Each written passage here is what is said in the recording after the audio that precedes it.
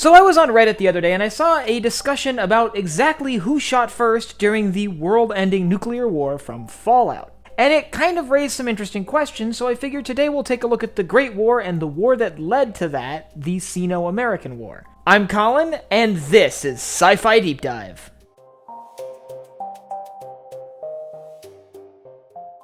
Remember, if you enjoyed this video, to head down below and hit that subscribe button. So the Great War is arguably one of the most important events in the Fallout canon. It saw the world transformed from the sort of world before the war, like what we know today, to the hellish apocalyptic wasteland that we see in the games. Unsurprisingly, there's a lot of confusion in-universe as to the actual causes of the conflict. So today we're going to take a look at exactly what led to the nuclear exchange and sort of the conflict that was going on before that ultimately triggered the end of the world. So let's start by talking about the war that led to the end of the world, the Sino-American War. The Sino-American War was the result of resource shortages, which were happening on a global scale.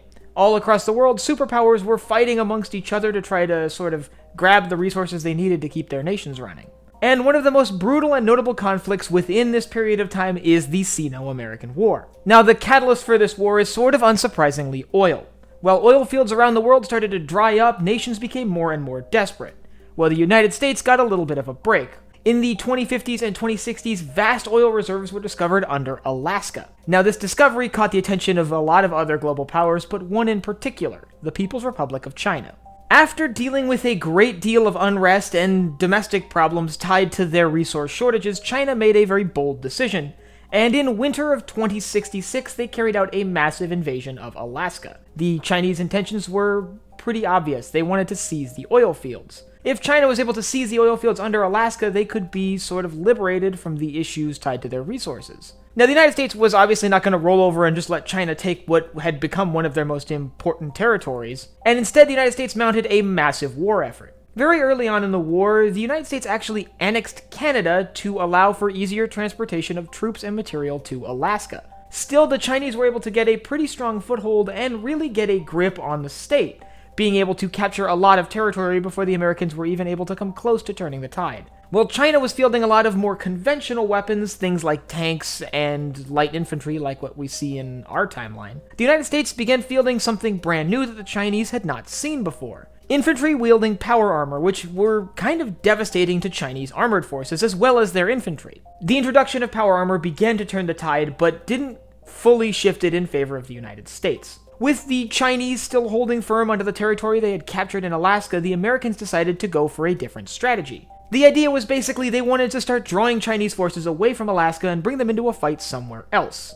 So, to sort of counteract the Chinese invasion of Alaska, the United States invaded the Chinese mainland. In 2074, American forces landed on the eastern coast of China and began making their way inland. Now, with the Chinese tied down in a war in Alaska, the opening months of this American advance was, well, effective. However, as the Chinese began to notice the dire situations happening on the home front with American forces getting closer to their capital, the Chinese began pulling troops back from Alaska to attempt to hold off the American advance. With Chinese forces withdrawing from Alaska, American forces were able to carry out a big push in 2076 that ultimately ended up retaking the state. With the victory in Alaska and new American troops pouring onto the Chinese mainland, the tide was now firmly in the favor of the Americans, who could see the end of the war in sight. However, this brought a lot of concern to leadership on both sides. Chinese leadership could see American forces amassing outside of Beijing, and American leadership could see the desperation in the people calling the shots in the People's Republic of China. And as the Americans began to make their way into the Chinese capital, the Chinese did the unthinkable. Seeing this war about to end in their ultimate defeat and their nation about to fall to the Americans, they pushed the button.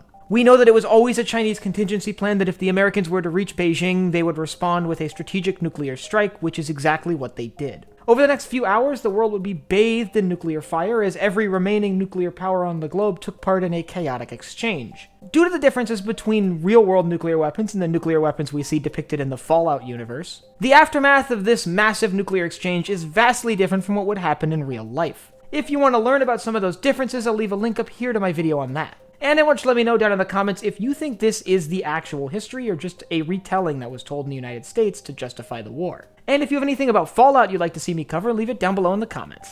And last but not least, if you enjoyed this video, head down below, hit the like button, the subscribe button, and the bell icon so you get notified when I upload new videos. So for Sci-Fi Deep Dive, I'm Colin, and I will see you next time.